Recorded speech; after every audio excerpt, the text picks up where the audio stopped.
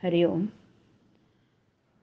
आज शुक्रवार, श्रीधर स्वामींची पुण्यतिथी 26 एप्रिल 2024, शके 1946.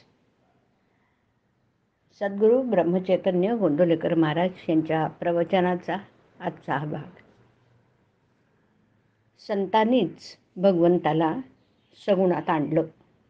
ऐकूया आपण की सर्वात अर्पण भक्ती श्रेष्ठ आहे.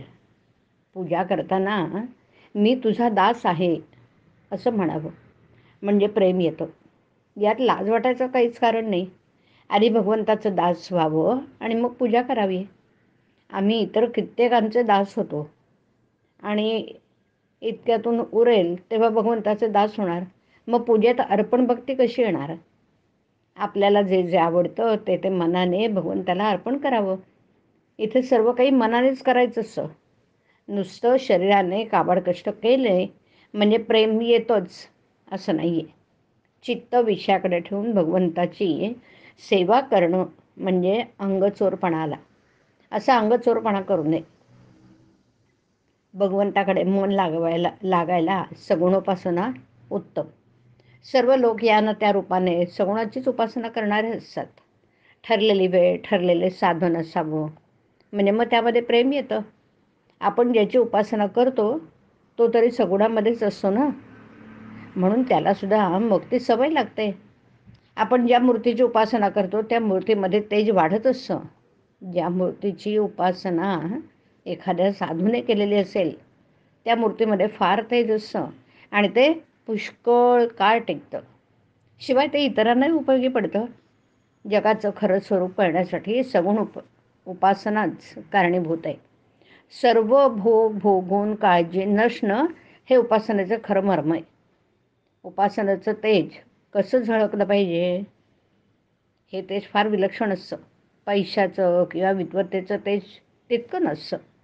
ज्याच्या मागे उपासनेचा जोर आहे तोच जगात खरं काम करतो. एक बाई डोळे झाकून बसली म्हणजे तिला एक देवी दिसे. त्या बाईशी देवी बोलत असे आणि प्रपंचातल्या वगैरे सर्व गोष्टी कशा कराव्यात हे सांगत असे. परंतु बाईने ध्यान करणं सोडून दिल्याने तिला देवी दिसणं बंद झालं. तसंच एक मुलगा डोळे झाकून बसला म्हणजे त्याला पांढरी दाढी असलेला एक साधू दिसे. कसं वागावं, काय करावं वगैरे सर्व गोष्टी तो त्या मुलांना सांगत असे.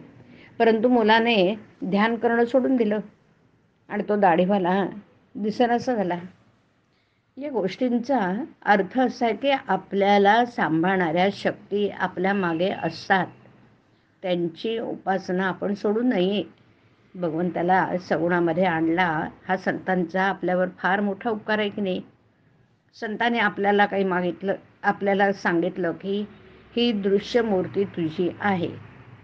तुला हव्या असणाऱ्या सर्व वस्तू देणारा भगवंत तोच आहे. ही जाणीव आणि कल्पना आपल्या ठिकाणी वाढत गेली तर त्यामुळे भगवंत दाता आहे ही जाणीव उत्पन्न होईल. भगवंत दाता आहे, तो माझा मागे आहे, तो माझ्या सुखाचा आधार आहे, तो माझं कल्याण करणार आहे. ही जाणीव झाली की जे मिळाले ते भगवंताच्या इच्छेनेच मिळालं ही भावना होऊन आहे त्या परिस्थितीमध्ये समाधान नक्की टिकेल. आनंदरूप परमात्मा मिळवण्यासाठी सगुण उपासना पाहिजे. हरिओम.